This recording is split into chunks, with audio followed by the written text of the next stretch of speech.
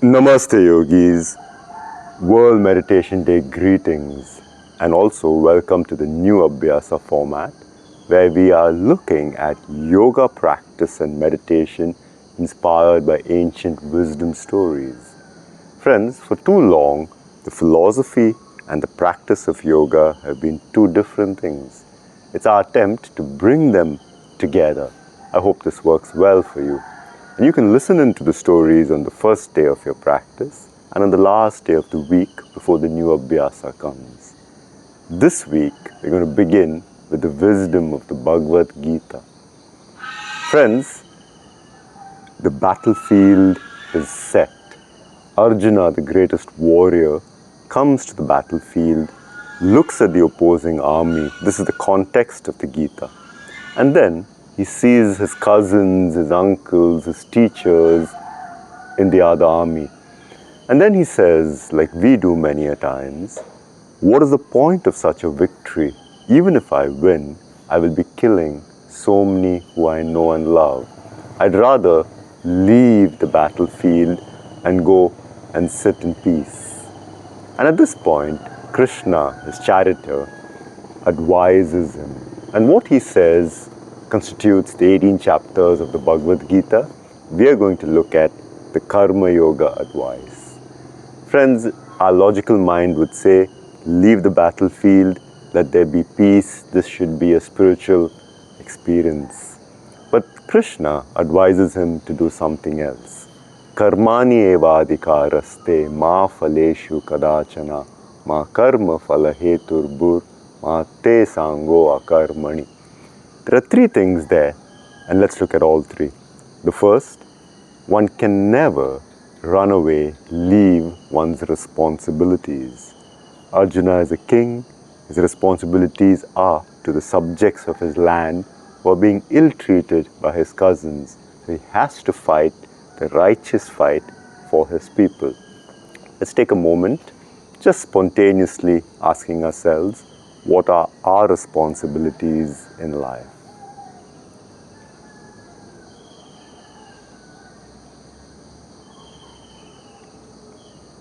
Knowing fully well that we can never leave them, there will be no peace escaping from them. The second point he makes is even more difficult. You have the right to action, but not to the fruits of that action. This is one of the most beautiful, one of the jewels of world spiritual tradition. You have the right to act, but not to the fruit of the action. In our life, we always find that we do everything for a result. There's nothing in life we do without an expectation in return. I may be the most loving parent, but I expect something back. I may do the most selfless work, but I expect something back. And so he tells Arjuna that you have to fight. That's your action. The result is not in your hands, it's in the hands of the cosmic divine. You do what you have to do. You're but an actor on the stage. And this is very beautiful, friends, because this gives each one of us the ability to liberate through the actions of our life. Most of the time, for millennia, we have worshipped the idea of the monk who says there is no liberation in the day-to-day life, business, family, and so on. So extract yourself into a monastic approach. Sit in silence, be by yourself, meditate, and you may be free. Friends, Krishna presents this marvelous idea that in your life you can be free. The only thing is to be free from the results of your actions. You're not trapped by everything that you do. Your karmas are based on your intent to act. And if you're not focused on that intent, you free up. In a simple way, friends, if I open or if I go to an orphanage once a week and I go and help the children, but I'm doing it so that I can tell my friends and show a few pictures to them and say how good I am, that is not Karma Yoga. It is still seva, service, very beautiful, beautiful to do. But Karma Yoga is something else, that my intent itself is pure. Now, you could do anything in life, but if your intent is pure, if you're not focused on the result, then you're free in your actions. So let's take another mini micro meditation, asking yourself, is there anything that you do in your life without an expectation?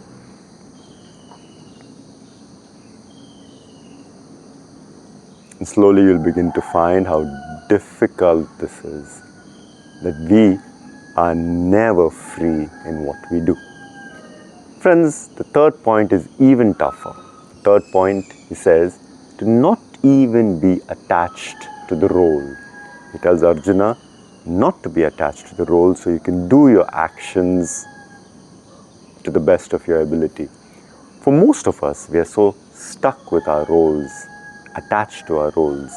I may have done a lot for my kids, and then at some point I tell them I sacrificed for you, and somehow that relationship goes awry because you did it for yourself. Now you're still attached to that role when the person may not even need it anymore. In my case, I'm teaching. Right now I'm teaching. This is my role for now. As soon as this class is over, if I'm still trying to teach, then I'm stuck with my role. So let's take the last micro meditation to ask yourself, what are those roles that you're attached to? Yes, you have functional roles that you perform in those scenarios. Once that it's in context with that relationship, with that role. Apart from that, you're not a teacher. You're not whatever you are.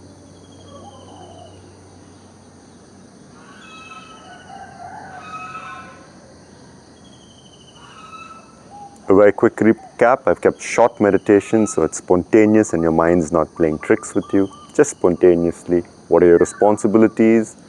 Can you act without being attached to the fruits of your actions? And finally, not even to be attached to the role. That's the beauty of Karma Yoga.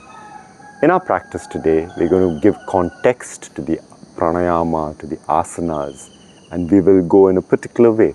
After our pranayama training, we will fire up the body, we'll take up the warrior series, so there's the inner warrior coming forth, and then we will start to get into the fire of battle and see how your mind can stay focused in spite of these stressful effects on the body.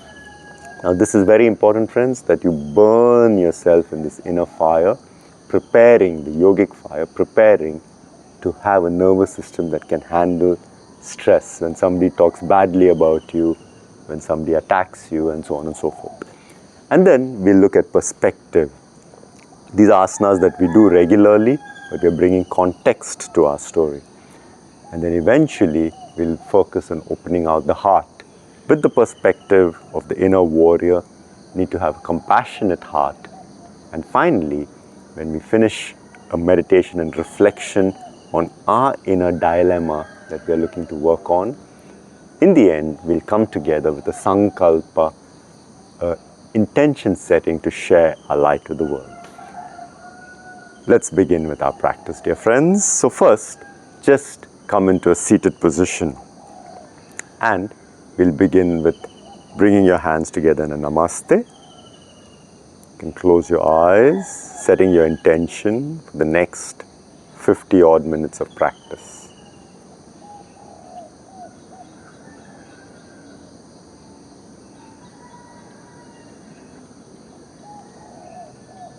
Seeking the grace and courage to overcome the biggest dilemma that you're facing in life currently.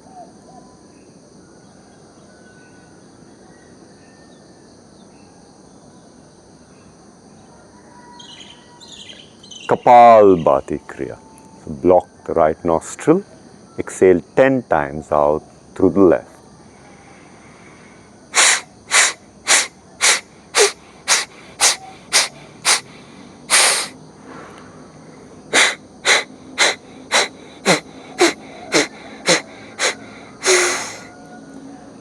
Bhastrika Pranayama.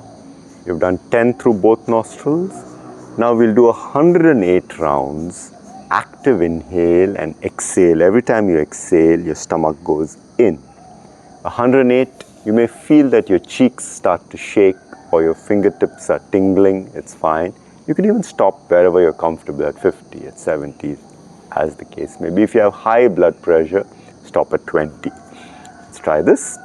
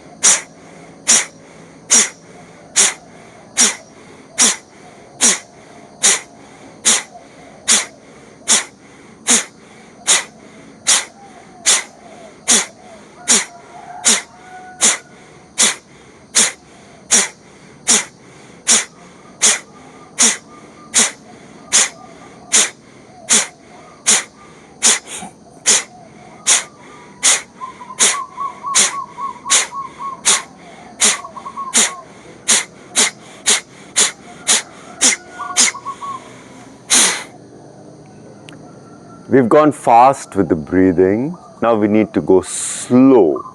So what we are going to do, friends, is I'm going to play the Om chants. I'm going to get my phone to be able to play the Om chants. And then we're going to do Sama Pranayama. For Sama Pranayama, we're going to breathe in for the first Om. Then we're going to hold for the second Om. Then we're going to exhale for the third Om. And finally, we're going to hold the breath out for the fourth Om. Each Om being 19 seconds. And so we are going to be able to bring our focus to our breathing training. For the first Om, inhale. Inhale.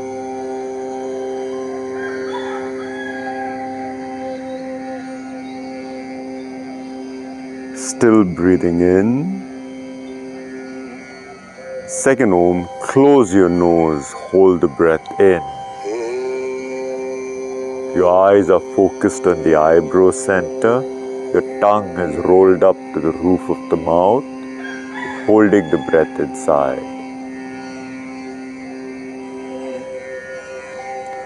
For the third Om, slowly, you may need a micro inhale before you exhale. Later on you won't need it, but exhale so slow it lasts the entire time. While you're doing this, your awareness is going down the spine. For the fourth Om, close your nose, hold the breath out.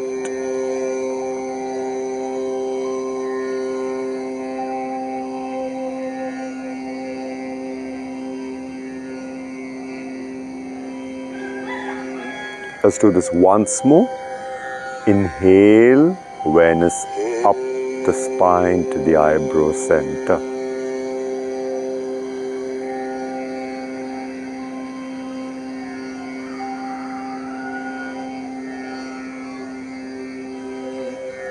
Close nose, hold breath in.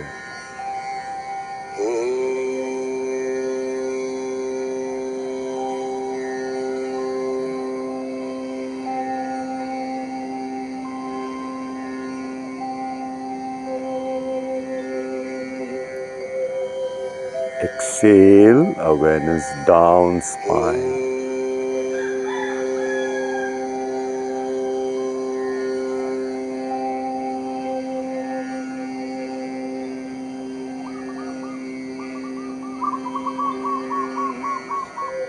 Close nose, breath out.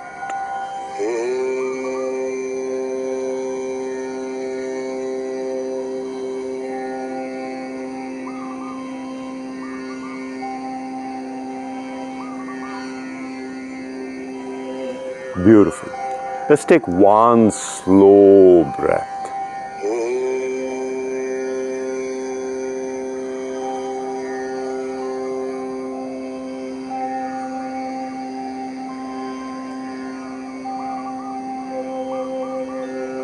Preparing for our asanas. For the next Om, inhale, awareness down the spine. Contract the anal genital space. Exhale, awareness up the spine. The reverse of what we were doing. Mahabandha. Bring your heel to the perineum. You can sit in Siddhasana or the other leg can be in the front. You're going to blow out and pull up the anal genital space, pull in the navel, touch the chin on the chest.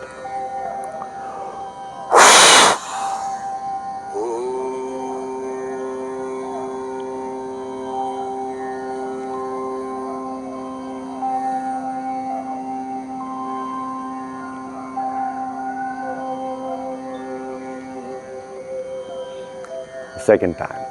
Blow out, anal genital space. As if you were controlling going to the toilet. Pull in that musculature.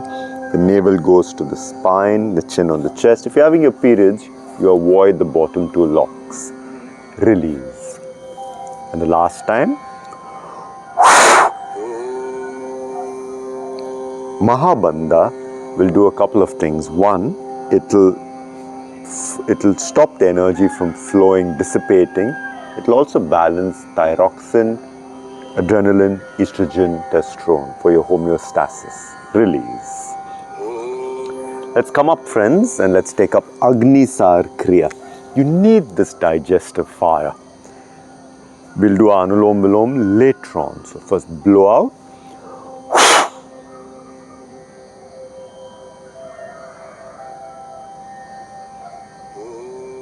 Stomach's going in and out, in and out, in and out. Now, if you're comfortable, the stomach goes side to side in an undulating pattern, Nauli Kriya.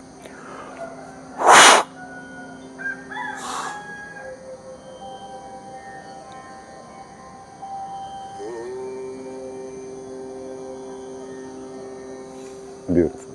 In the other direction.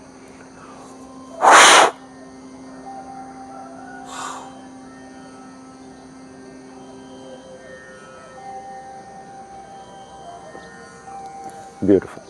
Starting to just loosen out your limbs.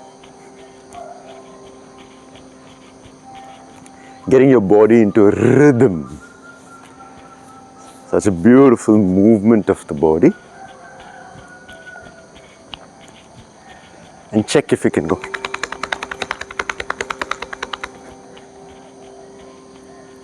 Fantastic. Let's start to stretch from head to toe. As soon as you start to stretch, it's beautiful because these endorphins start to secrete. Neck,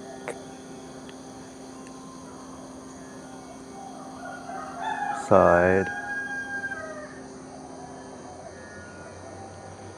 stretch.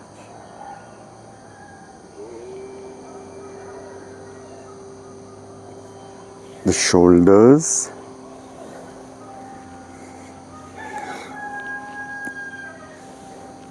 the whole day our shoulders are rounded, so this opening is such an important movement. Yeah, stretching the tricep. You can cross the opposite leg, so you get a slight extension through here. Change. Tricep. Change. Yeah.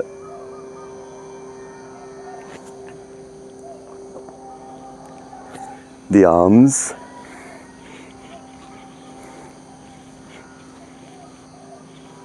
The twist.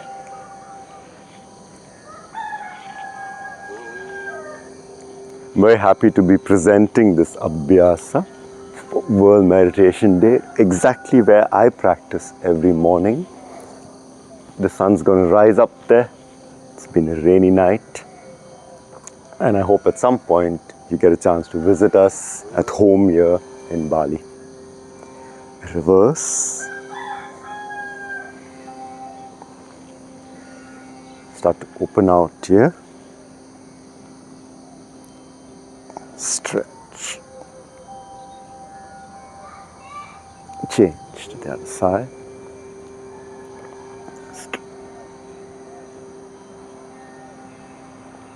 Change. Supporting your hips, start to drop back, so engage your glutes and thighs. That's called kinesthetic intelligence. Activating the glutes and thighs to protect the back bend. Here, stretching the hamstrings, pulling in the navel, lengthening the spine. All these small things that you make to improve the posture is your kinesthetic intelligence. Coming up again. I want to stretch the stomach navel area. So, contract the glutes and thighs.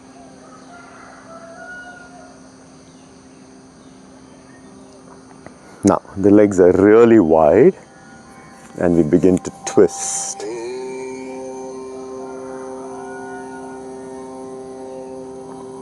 The other side, to twist. It's trying to move. Hold one ankle, hold the opposite ankle, drop down to one side, stretch. To the other side.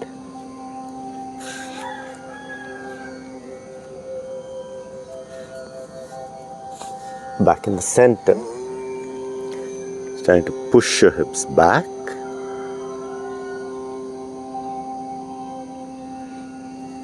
Come into a lunging movement.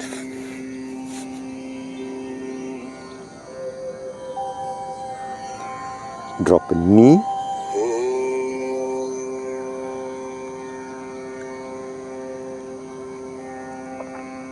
And the other side.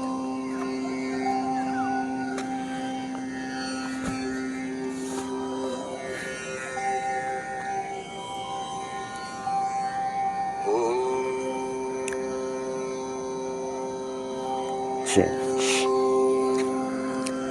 Starting to open out the spine.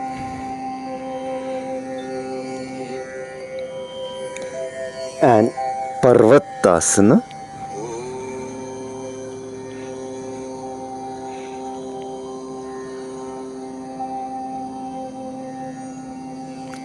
The inner thigh.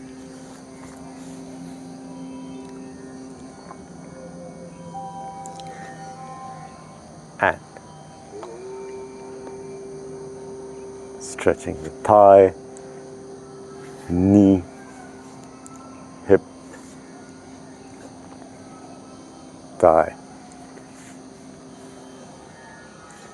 The knees and the ankles.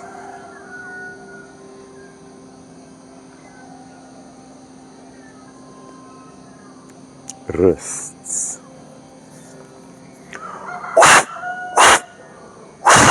Mushtika Bandha. We start with Surya Namaskar. So first we chant Om Suryaya Namaha. If this doesn't resonate with you, you could chant in your own language salutations to the sun. Om Suryaya Namaha. Take up 11 rounds of Surya Namaskar. Inhale. Exhale. So that was one breath. Inhale, let the right leg lead the way. Exhale. Second breath. Drop down, there is no breath. Inhale, third breath. Exhale. Inhale, the right leg leads, so fourth breath. Exhale. So, hum. So, hum. Drop. So, hum. So, hum. So, Ujjayi pranayam. So, drop. Inhale. Exhale. Inhale. The right leg leads. Exhale. For the even number rounds, the left leg will initiate the movement. It will move first. So, hum. Left. So, hum.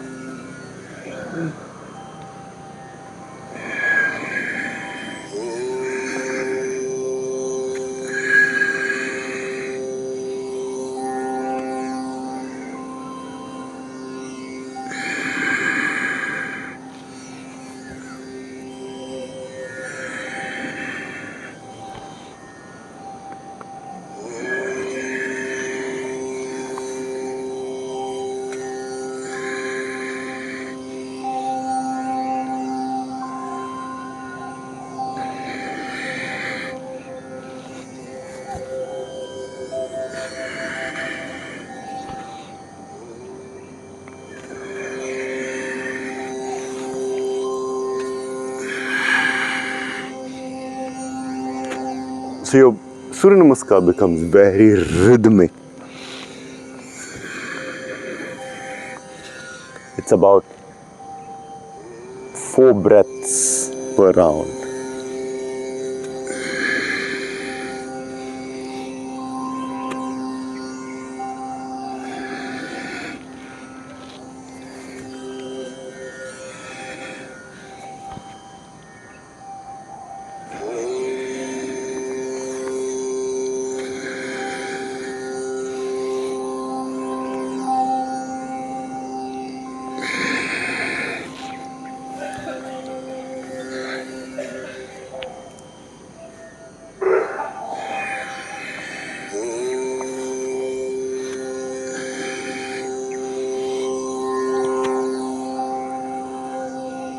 And this is our 10th round.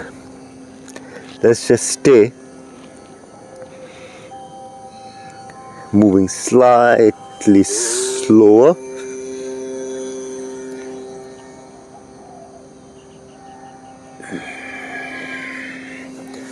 For our 11th round,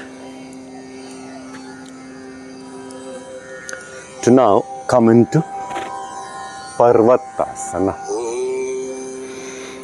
We'll hold this posture, the mountain.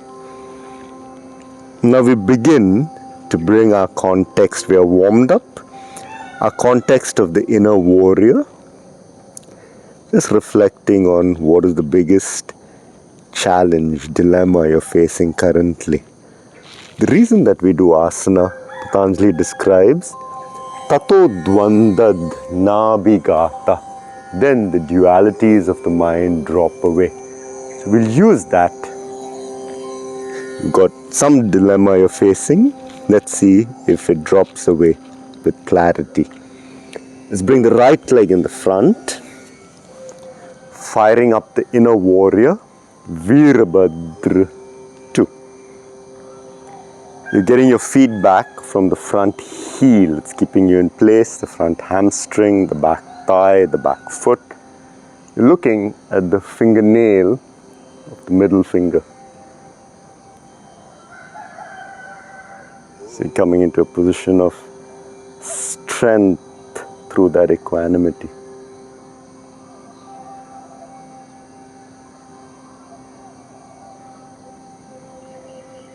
And do it on the other side.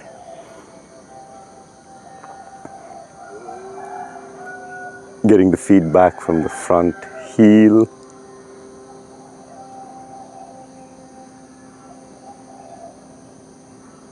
Front hamstring is in play.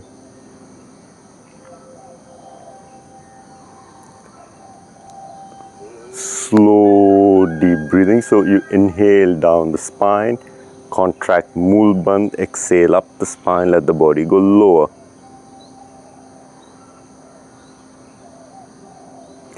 Now we take that inner war, inner battle further with Virabhadra classical on the ball of the back foot, the hip at the lowest. You're ready to take action.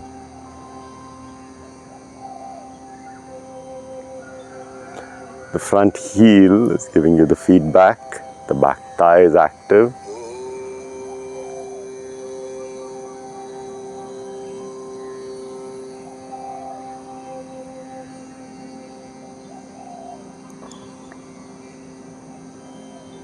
Moving into Virabhadra 3. You had a moment to reflect, and now you're moving through action. The back heel is against, you feel as if it's against a wall. You can even have your hands in a Namaste to raise the back leg. The front entire foot is gripping the earth, and you're getting your full extensions.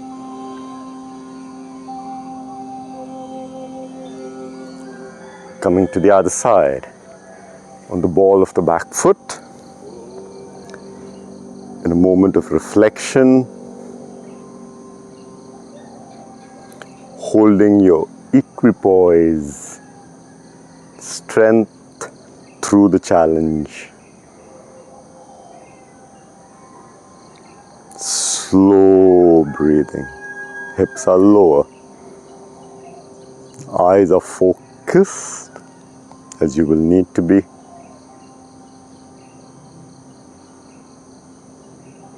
And moving into action, fully active. The back foot goes higher, the front foot is fully engaged, eyes are fixed.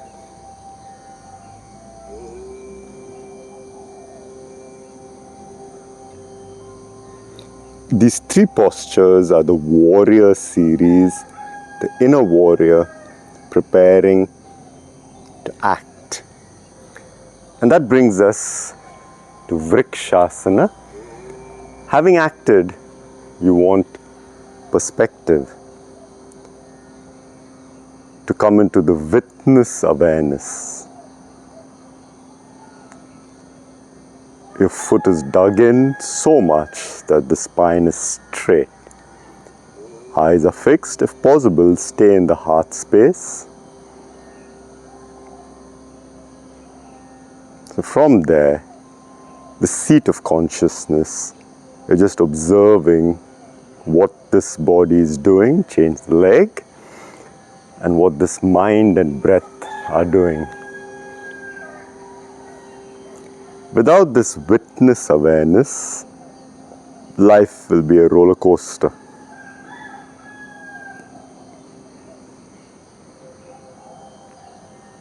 So this is your metaphor for just watching.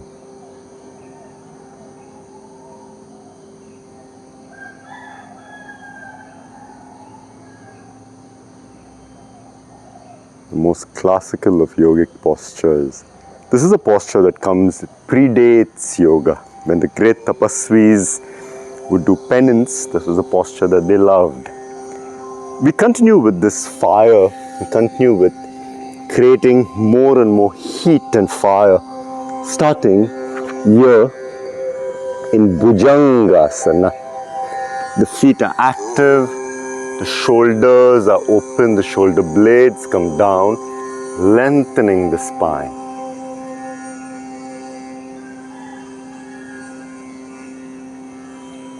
Even the knees are off the ground.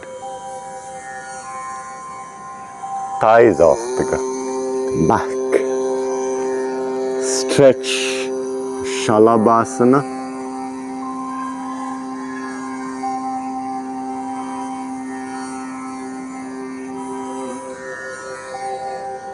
With the hands under the hips, creating this fire through the core, through the lower back.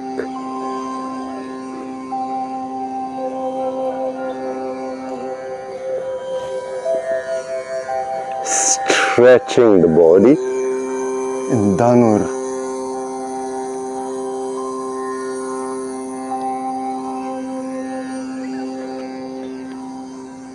As we start to get ready for firing up the core, the war, the fire within that you want to be composed through. From Setubandh,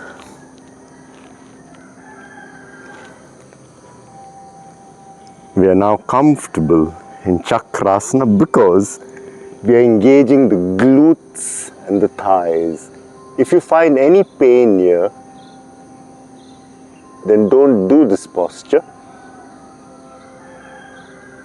As you come down, drop your head on the floor and then drop your forearms on the floor. You can open out the chest and then release your hands, come back down. Press your knees to the chest.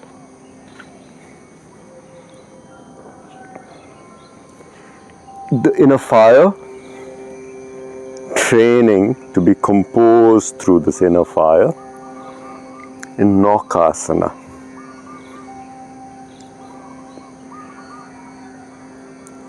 The mind will be raging, it wants you to drop the legs, and you're just breathing slowly so that your parasympathetic nervous system, rest and digest mode continues. The rest mode continues through the stress. Kati Naukasana, raising that heat and fire. So your nervous system is getting ready for all the battles that you'll face through the day ahead. The other side.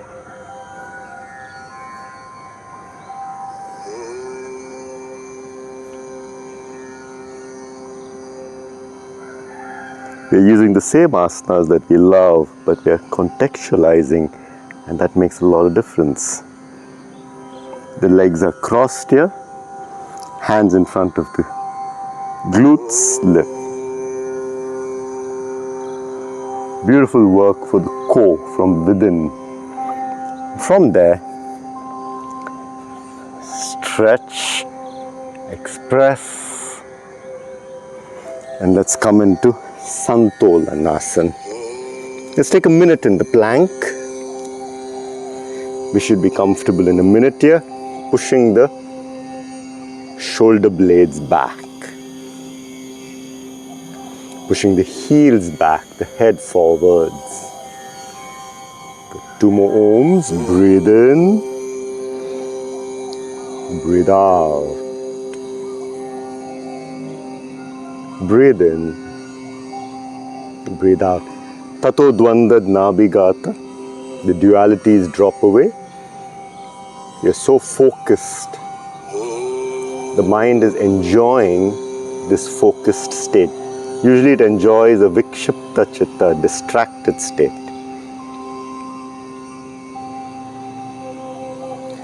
Bring the right leg in the front so that you're getting into this lizard stretch.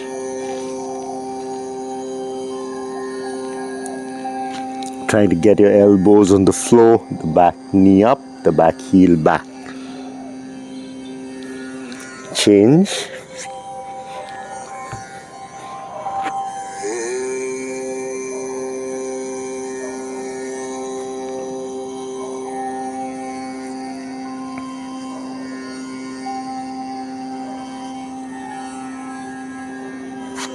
And now, Santolan, lower plank.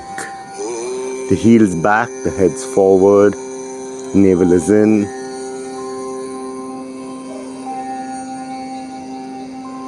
The glutes are engaged. The kneecaps drawn up. Once more. Just watching. What am I talking to myself? Can I focus on my breathing? Can I push my shoulder blades back?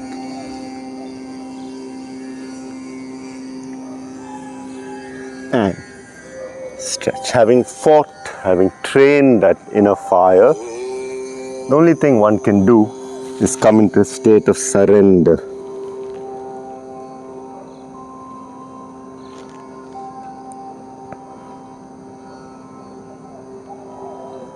Sharnagat Mudra represents that surrender gesture.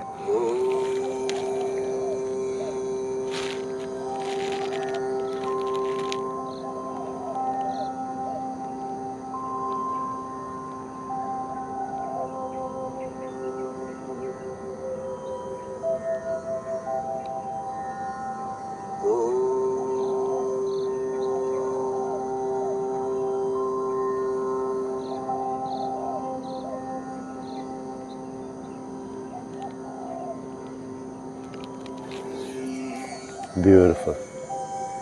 After the battle comes perspective. You've overcome whatever you had to.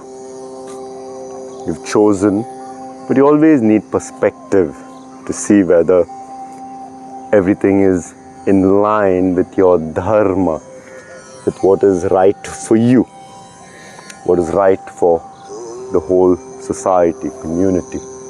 So we take up Shirshasana, headstand for that. It's a metaphor for taking perspective. The crown of the head on the floor. Now, friends, it's not important that we go up all the way, but what we can do is, with the crown of the head on the floor, come up this much and stay. If you're very comfortable, come up a little bit. If you're more comfortable, just get the knees to face up. And that's more than enough. If you're still comfortable, just extend the legs, draw in the inner thigh. First push the feet down, the toes down, and then up. Shirshasana, a metaphor for perspective. When you stretch your hands this time, bring your right shoulder across here.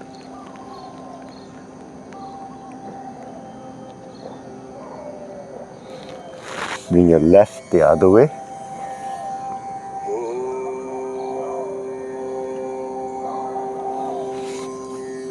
Beautiful. And now we can take up Sarvangasana. For those of us who are struggling through headstand, this is a great posture, more or less the same benefits.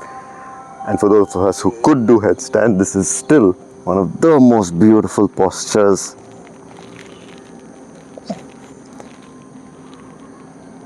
You always need to replenish the brain that's doing the thinking.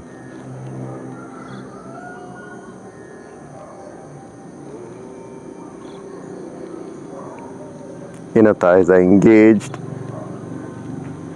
The same things you can do what you were trying to do in headstand.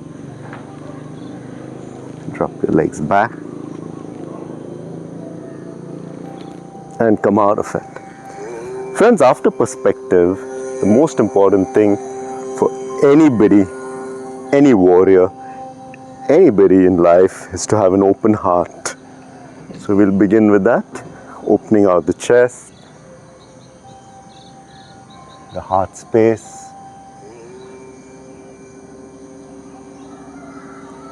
Coming up. We've kept Ushtrasana for this part of our class to remind ourselves that once we overcome our challenges, not to have the pride, but to have an open heart to be able to be of service and love to those around us. Opening out the chest, the heart space.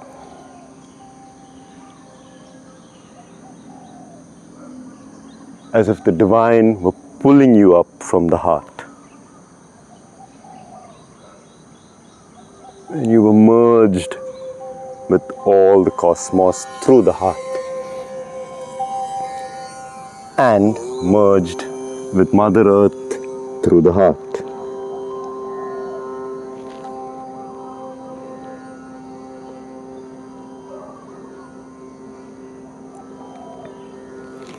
We've opened our heart to the skies, the cosmos, we've opened it to the earth.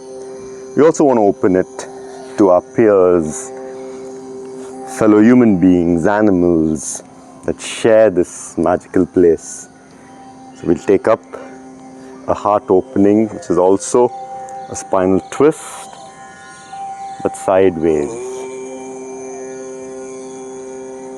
Important posture, it's pressing the pancreas, Ardha Matsyendrasana.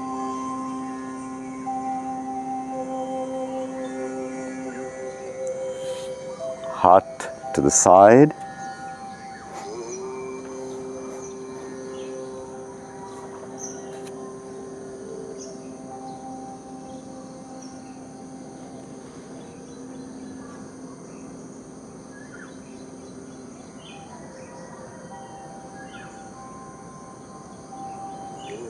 And friends, before we rest, let us pay our respects to the earth. Glutes out, and we want to melt our heart to the earth. So open your feet up. This act of turning the feet up will open out the hips further and bringing the context of bringing our heart down to Mother Earth. Push your tailbone back, lengthen your lower spine, start to extend forwards rather than down. Slow, deep breathe.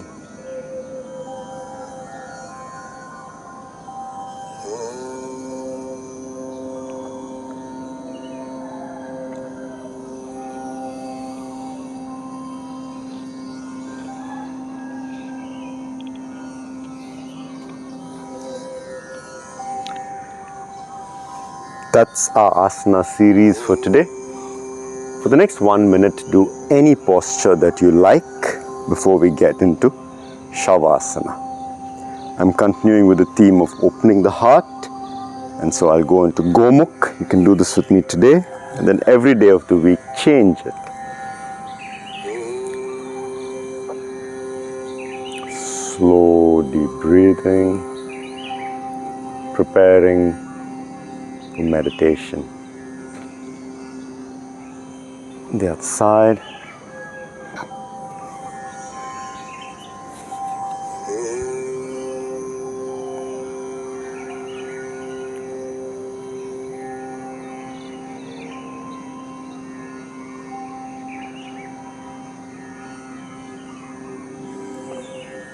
Now, let's take up Shavasana.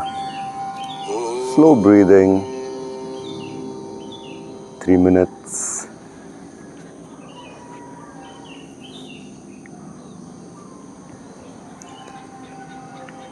Nine slow breaths. It's very important, and you can press your knees to the chest first. It's very important to practice Shavasana daily in a world that is go, go, go all the time. It's absolute luxury to just lay back. It's a reminder that one day we will all die, and all our inner conflicts and battles and achievements, it'll put it all in perspective. On my deathbed, did it really matter all that I had to do? And if I feel that yes, I did what mattered in life, there'll be a sukoon and ease when I have to pass away.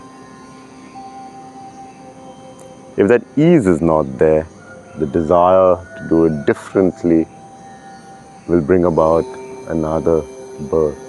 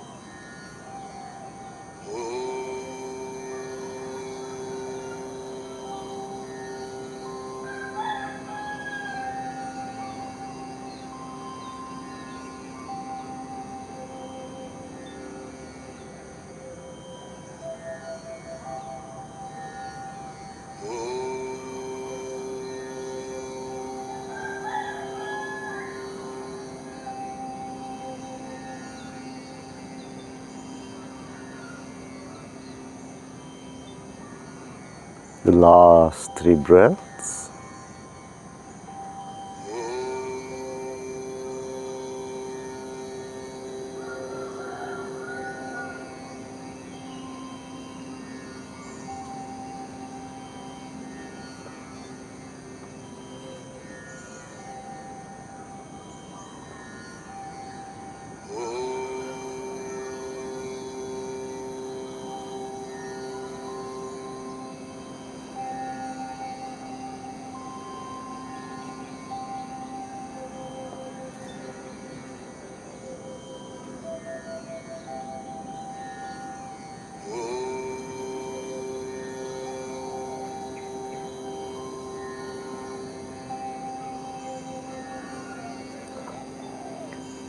And beginning to move your fingers, your toes, start to stretch the body. Turn to the side. Couple of minutes, couple of moments.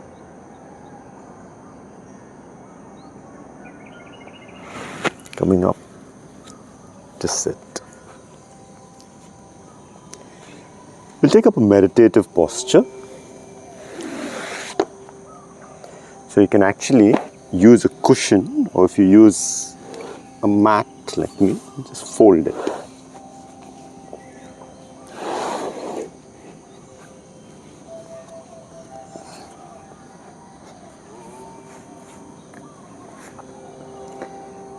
Before we get into a period of stillness and reflection, let us do Anulom Vilom Pranayama. So, I'm going to ask you to just take one slow deep breath, preparing. And we are going to do 2 rounds of Anulom Vilom, but maybe over the weekend take out more time, try and do 10 rounds of Anulom Vilom. It's important. The right hand in Vishnu Mudra like this. Block the right nostril, breathe in through the left.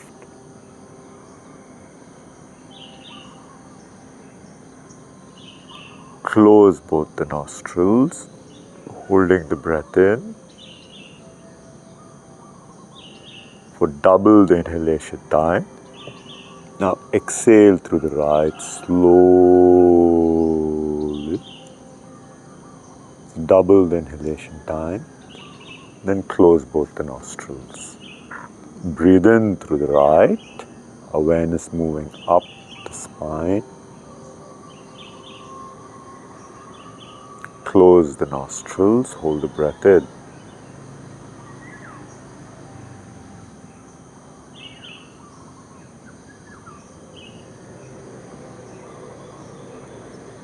Exhale through the left, awareness moving down the spine.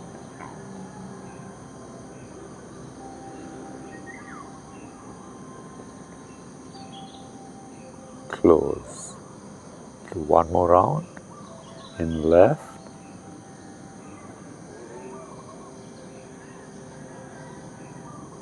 Hold in.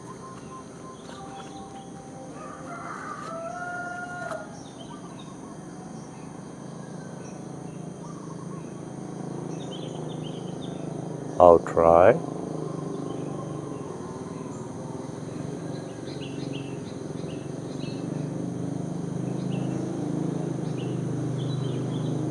Hold out. In right.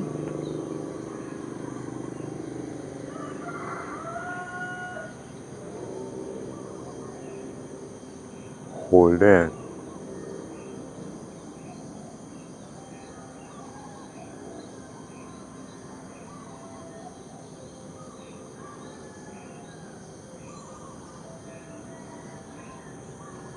Out left.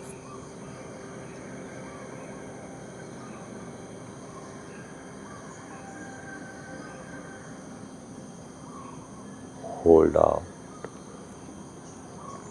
And release your hands, placing your palms on your knees. Anulom Vilom has balanced the physical and mental, the masculine and the feminine energies. You can bring your hands into a Namaste to represent the same. And then place your palms on your knees. The eyes close at the eyebrow center. The tongue rolls up to the roof of the mouth. Continue breathing slowly, enjoying the air going in and out. This life-giving action, just enjoy that. The physical act of breathing in,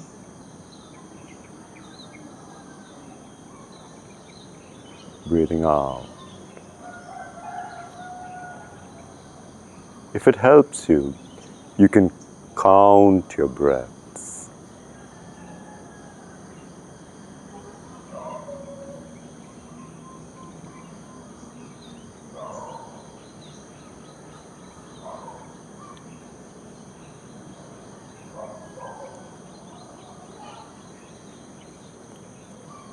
Continue breathing deeply. And as you breathe, let's bring our awareness to the biggest dilemma, challenge we are facing in our life today. Like Arjuna's dilemma whether to fight or to leave the battlefield, whatever is our biggest challenge today, let us be aware of it.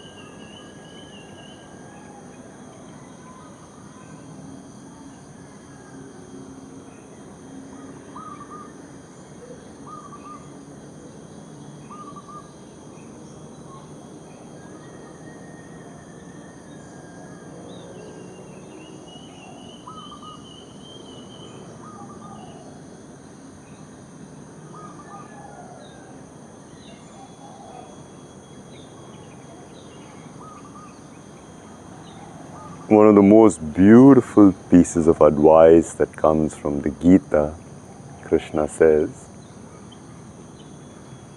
on the question of is it better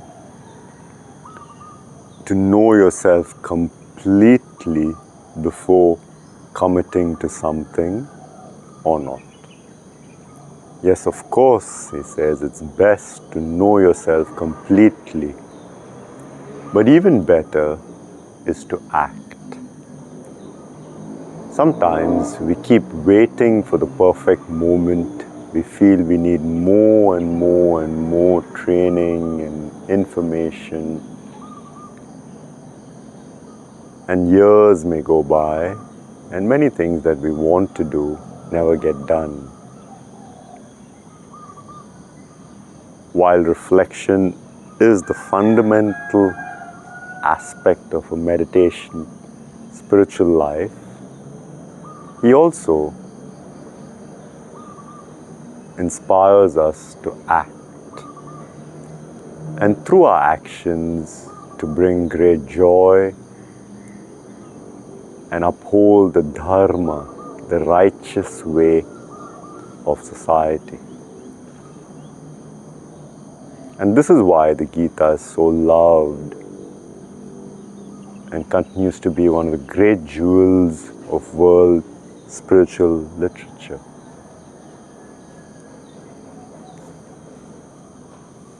It's used by so many people in the corporate life context. It's used by almost everyone who has read it. It's used as an inspiration to do what we must.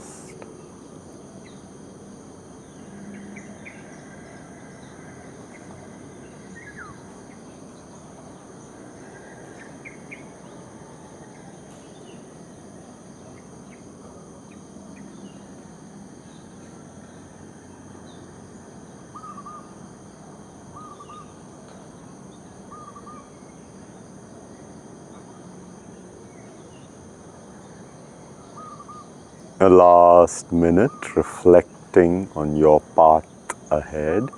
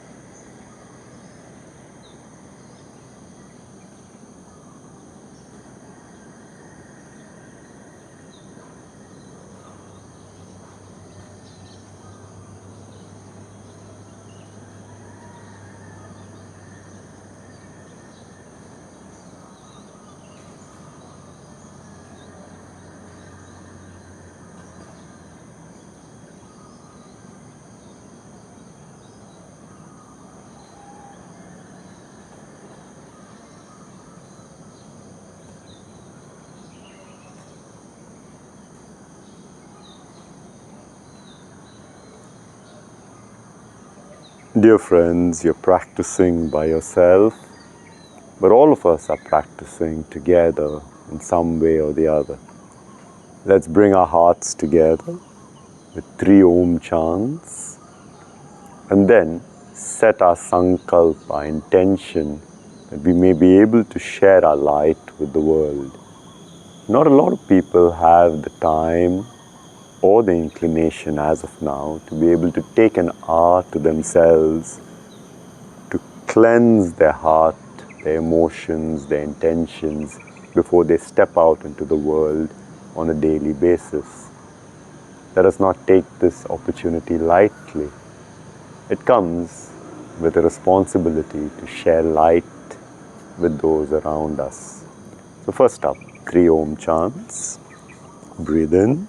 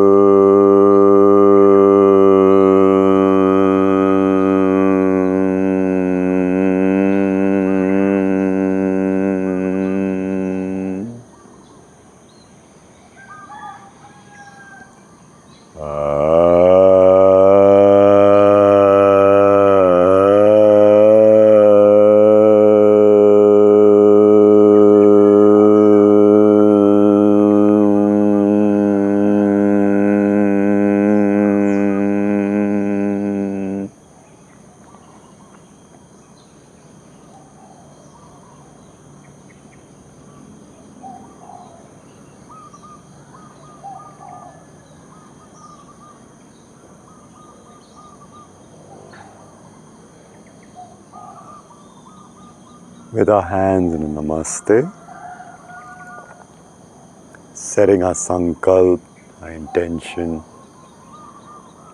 to share our light, to lead in the world. Asatoma Sadgamaya, lead me from untruth to truth. Tamasoma Jyotirgamaya, from ignorance, inertia, to illumination, enlightenment. Mrityorma Mritangamaya, from death and mortality.